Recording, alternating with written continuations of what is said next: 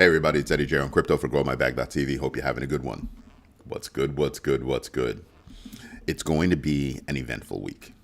We're expecting some government numbers, but here's the one that caught my attention last night. I briefly touched on Vanguard set to offer access to its 50 million customers, access to crypto ETFs, with one caveat. That caveat is, well, don't expect to have access to memes. I don't think they're playing that game. Real coin, real use case, all about it. Meme coins? Now, here's a question for you. What would be considered a meme? Fatima in his house. Grand risings, grand risings. Don't forget to invest in yourself today. So, when Vanguard does that, my question is going to be, well, Vanguard, how do you determine what's a meme and what's not? Is Doge a meme coin? Is Shiba Inu a meme coin? These are two coins that actually have use cases that have grown up and far surpassed that meme coin stage. So, no, I don't expect Bonk. I don't expect Pepe or, the others. But I do wonder how that determination is going to be made, right? So we'll see what the story is. But I want you to think about this. They are the largest in the world. That's right, bigger than BlackRock. And they're all friends. They all invest in each other. They all invest in the same stuff. So them being the last ones and drawing the line at meme coins, that's going to be very interesting to me. Because what that says is, no, we're focused on value. We might have changed our mind in our practice and what we're going to do with regard to crypto, but we are focused on value. Wow. That's a massive message to send. Massive message. Hat tip to you guys. Although I'd like the head of Vanguard to come out and say, hey, because BlackRock did it, Larry Fink did it. I would like the head of BlackRock to come out and say, hey, we got that wrong. We got that wrong, and we're creating this huge pivot in a heartbeat, and we're going to allow this, and blah, blah, blah, blah, blah, blah. The next question is going to be, well, Vanguard, you're allowing access. Will you do your own? Will it be a full 180, or is this just a 160? Just wondering. I'm just wondering. I'm not trying to be funny, but it does beg the question. Because now they have a roadmap for that so-called success, right? Because BlackRock did it. They're almost equals. BlackRock did it. Vanguard could do it. The question is, will they? The question is, do they see themselves playing second fiddle to BlackRock in the coming age? That is the huge question. Just saying. The inquiring minds want to know. The FDIC is looking to submit the Genius Act rules for stablecoin issuers by the end of this year. Now, that would be interesting because it's not all there yet. Remember, certain things are just frameworks. The FDIC still has to put in their piece. There are things like requiring capital, liquidity, reserve standards, with Treasury seeking public input by December 4th. Excuse me, or it was November 4th that they were seeking input by. And then the Federal Reserve's Michelle Bowman warns of regulatory stability needs, meaning there has to be rock solid rules and regulations in the crypto space, specifically for stablecoins. There's a hyper focus on stablecoins. I think the thought is that when you go to a store, you're gonna pay in stablecoins. I can tell you now that that might not be the case. Stores are going to probably say, well, yeah, I want to get paid in stable coins because I don't want to deal with the fluctuations of the other coins. But there might be other stores, like any store that I'm going to own, we're going to accept crypto. Bitcoin, Ethereum, XRP, BNB, USDT, USDC, right? And maybe even some Chainlink. We'll see. But yeah, we'll be accepting coins, and I'm just saying that's something for us to contemplate. Like my mug.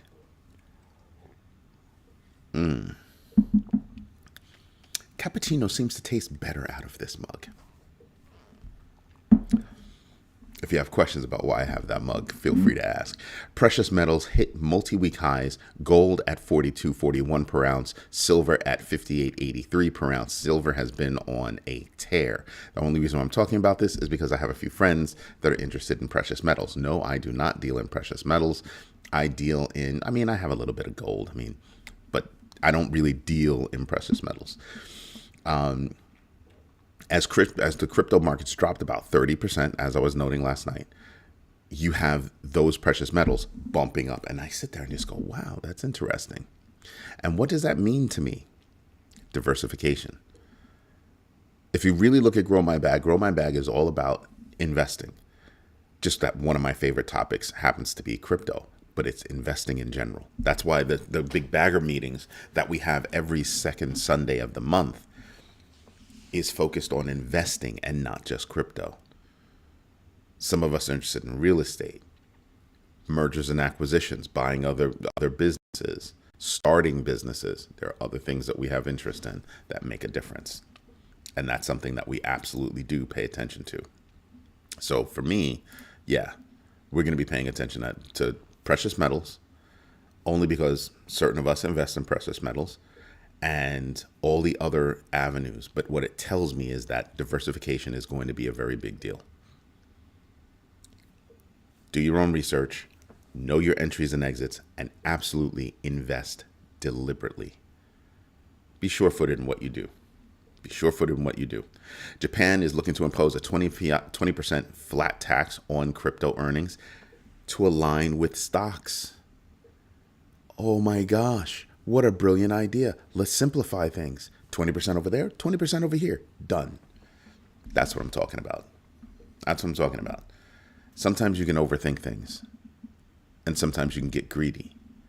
And I think that's where things need to stop. We need to define what enough is.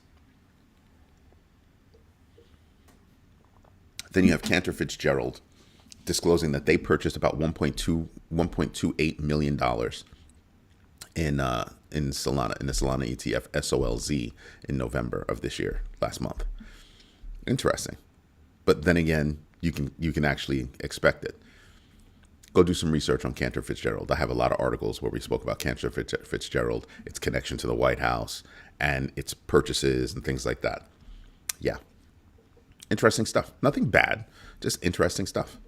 That you're probably going to want to pay attention to. Open Eden raised funds led by Ripple, Lightspeed Faction, and Bank of New York Mellon. Wow.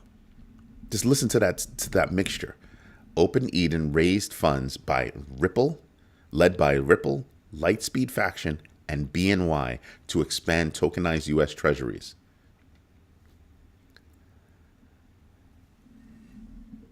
I'm shocked because there's BNY in the mix. There is BNY in the mix. They're not playing games. They're not playing games at all. Don't sleep on BNY. YZI Labs or Yitzi, I don't even know how to pronounce that. It's probably not meant for me to pronounce it, and I apologize if I've ruined the name. But YZI Labs sought to overhaul CEA Industries board, citing 89% stock drop, governance disputes, and conflicts of interest amid BMB holdings and regulatory scrutiny. Yeah, they're looking to clean things up. So holdings that Binance is involved in, YZI Labs is saying, if there's a problem, we're going to step in. And what that really means is, if CZ is displeased, CZ will step in. Just saying, pay attention. AI agents tested stealing $4.6 million from smart contracts across Ethereum, Binance Smart Chain, and Base, uncovering 3.694 million in zero-day flaws and 70.2% cost reductions for attackers, meaning you will be able to use AI to steal. Shocker, right? That study was actually carried out by Anthropic. What I love about Anthropic, I don't necessarily like their business model, but I love the fact that they do all of these studies, they do all this research, and they share it with the world, saying, hey, here's some flaws, here's some things that are going on. And so I wonder if OpenAI is like just screaming at the top of their lungs right now. I mean, there's a red alert at OpenAI. They had a plan to implement, advertising in ChatGPT. That's why I asked the question on the feed yesterday. Oh, that's right. You guys don't know. We do have a social media platform. Just saying. So big baggers, pay attention to that feed. It's going to be popping really quick, really soon. As soon as we make the switch, you're going to see big things go on that new social media platform. Anyway, so looking at OpenAI is looking to productize ChatGPT. They have. But is that an ongoing business model? Now, turn your head back over to Anthropic. And Anthropic has a similar business model, except what do? They do a lot of studies. They do a lot of research. And I'm wondering if that's going to be a part of their business model, is to kind of pivot that over to research, implementation, that kind of thing. That's going to be very interesting to me to see how they do it. Because I don't know if you know, but Anthropic is slated to become in the black in 2026, whereas OpenAI, long shot, 2028. They're really thinking 2030. I'm really thinking they don't stay in business for long. I think they get bought up by a company that makes their money in other ways, Microsoft, and can afford to snatch them up, bring all of it in-house, and really offer a robust service throughout Microsoft products where there's some kind of continuity and less sloppiness. I know a lot of people that are displeased with Copilot. I really do. And something that you have to consider is everything is pointing to run it on your desktop. I'm just saying, those computers are hitting the markets. Like next year, when the kids go back to college, I don't think there'll be a single computer that's not AI ready or have it already built in. Let that wash over you for a minute, and then look at OpenAI's business model. If they were a public company, I think they'd probably be down like 30-40% right now, because all they're doing is taking it on the chin. I think that when I look at Sam Altman, I'm looking at somebody who has a great way of charming people and then annoying those same people. I don't know that he's ready to run a company. Throughout his career, I read that book by Karen Howe. Awesome book. Look it up. I forgot the name. But I read that book by Karen Howe, and when I look at his past, it has not demonstrated that he actually knows how to run a company. That's right. I said it. I said it out loud. I do not see how he has the ability to open up a company. I don't see how he is, I think he's another one of those people that everybody thinks, oh, he's so smart, he's so smart, he's so smart. What has he done? Had means, had connections, grew from there. Not saying he's not smart, but I put him in the same bucket as Elon. Yes, I do. Smart person who knows how to weasel their way into things and make money from it. That's how I look at Sam Altman. Which is why I look at Anthropic and kind of go, I can see them being successful. I can see OpenAI going out of business and getting bought out by somebody and having all the technology integrated directly into a piece. I can definitely see that. Definitely. Like, no doubt. All right. What else do we have? Now, just to finish off that whole AI agent thing, I am not a fan of allowing AI to make purchases for me, but that's a conversation for another story. I believe in checks and balances. I believe in guardrails, those kinds of things. And you'd be surprised.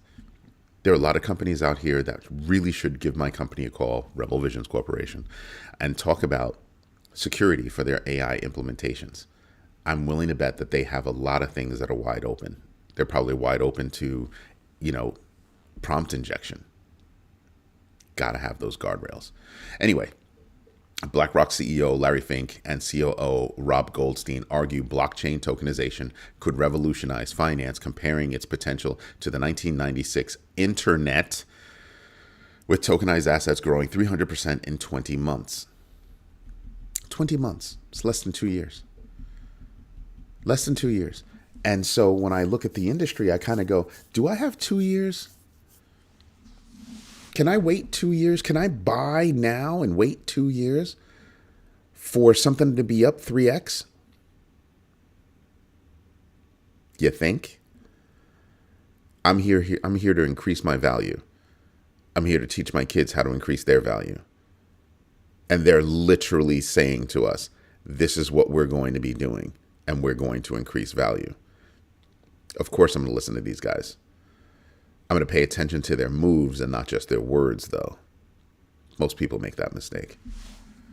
Most people listen to words and not the moves. I listen to words, but I pay attention to the moves. Just saying, you want to do that, but that's not a hint. That's an outright. This is what's going to happen. Period. Cambodia's Y1 Pay froze operations after U.S. sanctions linked it to $98 billion in illicit crypto transaction, losing its license and being rebranded as HPay amid money laundering allegations. I want you to go look up who else is involved in Y1. Yeah. Go do research on that one. Because remember what I say, do your own research, know your entries and exits, and absolutely invest deliberately. That's one where I want you to do your homework. I'm begging you to go do your homework on that one. Kalshi plans to tokenize event contracts on Solana, partnering with DFlow and Jupiter to merge off-chain orders with Solana's liquidity following Polymarket CFTC approval for intermediated trading. Yeah. Kalshi is trying to make moves the same way Polymarket's making moves. And I think we should be paying attention to what they're doing. I have an interest in this. Kalshi plans to tokenize event contracts on Solana. That's a big deal. Excuse me. That's a very big deal, because what they're saying is we want to get deeper into the entertainment space. And not just deep, but at the foundational level. Just saying, pay attention to these infrastructure moves, because these infrastructure moves will tell you what the future is. Because infrastructure says this is what you can build on. If you see somebody making a move to build something and there's no infrastructure around it, I look at that as a failure. I look at it as a coming failure. You know how hard it would be to build something and then go underneath and build a foundation? Yeah, good luck with that. Just saying. Can be done. Not the way you want to build a house. Not the way you want to build a house. A dormant Ethereum wallet holding about 40,000 ETH acquired way back in 2015 surged to $120 million. And then they yanked it to do what? Staking. That's not a short-term play. That's a long-term play, and saying, oh, I'm going to make money just because it's going to go up at some point, but I'm going to make money staking it. Imagine having 120 mil to stake. Wow. Wow. Talk about faith in DeFi. Just saying. Pay attention, folks. There's a lot of stuff going on. Solana achieved 750% week-on-week growth in dollar volume transactions, peaking at $300,000 daily, driven by AI agents and machine demand outpacing speculative activity. Solana could be making that turn. I'm still wary about Solana. I also realize that money can be made with Solana. Solana is a $200 plus coin. It's sitting at what, 120 now? As a matter of fact, we should go over the numbers. So let's see. Let's pull that. Push this. Ooh, that's no bueno. Give me a moment. I have to change the monitor that we're looking at. Is it monitor 3? Yes, it's monitor 3. There you go. That's mucho bettero. Now let me get my notes out of the way. And Dow futures. 61, now 63 points up. Implied open, S&P futures 18.75 points up. Implied open for NASDAQ futures 104.75. Oil down 0.2. US 10-year unchanged. Silver goes bonkers, and oil, and the US 10-year doesn't move.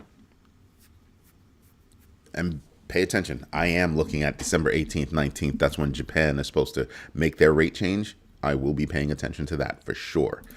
Earnings today, CrowdStrike, Marvell Technology, and it's rumored that they are looking to make a purchase. So I'm looking for that stock to move. Okta for security, Box. Let's see, American Eagle Outfitters. I always pay attention to retail. You need to keep your finger on the pulse as to what's going on in retail. Absolutely. Who else am I paying attention to here? Children's Place, more retail. Duluth Holdings. Leslie's. Yep. And I thought there was another one. Big Lots. That's the other one. So yeah, things to pay attention to today. Like I said, there are some numbers that are expected this week. You're going to have some noise coming out of Vice Chair for Supervision, Michelle Bowman. She's going to be testifying today. You have auto sales numbers that might be coming out today. I'm still a little wary of the numbers, but we need to be cognizant of what could be coming out today. I will be paying attention to ADP employment numbers tomorrow. Absolutely. Fear and Greed Index is at 23, is at 24 yesterday. DeFi Llama total value locked. We're up about $2 billion at $114.358 billion in total value locked. What else do we have? Look at this chart. Yesterday morning, we were about right here. And I said that I was wondering if we were going to make that turn, and we didn't. We dropped some more, and then we started coming back. I don't have enough here to make any kind of trend line. So don't ask for it. There's nothing here. I mean, you could maybe, no, you can't even do it right here. Nope. You can't do a trend line here, right? And you're definitely not going to, at this kind of trajectory, you're not going to make a trend line there. I suspect that what we'll do is we'll gradually move up. We could bounce down. There are rumors that, there's somebody out there spreading FUD that, we can bounce all the way down to 60. All right, buddy. I'm hedging my bets. I continue to DCA. Period. Just saying. Dollar cost average, my friend, it always has been, and I will continue to practice that. Learned that ages ago from the guy named Bob Zawisha. He used to be my financial planner when I was a kid. I worked at a company, and they made it mandatory that we had to meet with the owners, with the CEO's financial planner, the whole company, one-on-one, the whole company. And he wasn't trying to throw his financial planner a bone. He wanted to make sure that we were educated. I was just an office manager. Everybody else in there was a very high-end, highly paid consultant. You're talking about kids that were coming out with their master's degrees in their 20s, going straight into consulting, making a high six-figure salary. And he didn't want any of the kids to not understand what was going on. Kind of a big deal. That was kind of cool. That was very cool. Barry Frankel was that guy's name. Barry Frankel. And Fred Nelson was the other guy's name. Really cool guys. Really made sure. And I was an office manager. They didn't have to do that for me. It was there for their young consultants. They were like, nah, it's there for our company. We want you to get at least a little educated, and you're there for our company. Wow.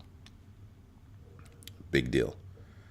Big, big, big deal. When I look at the big board, I'm just looking at all these opportunities as exactly that, opportunities, right? BTC, BCH, BNB, ETH, Solana, if you're into that kind of thing, XRP, ADA, XLM, LTC, SUI, Shiba Inu, Doge, Link, Uniswap, Aave.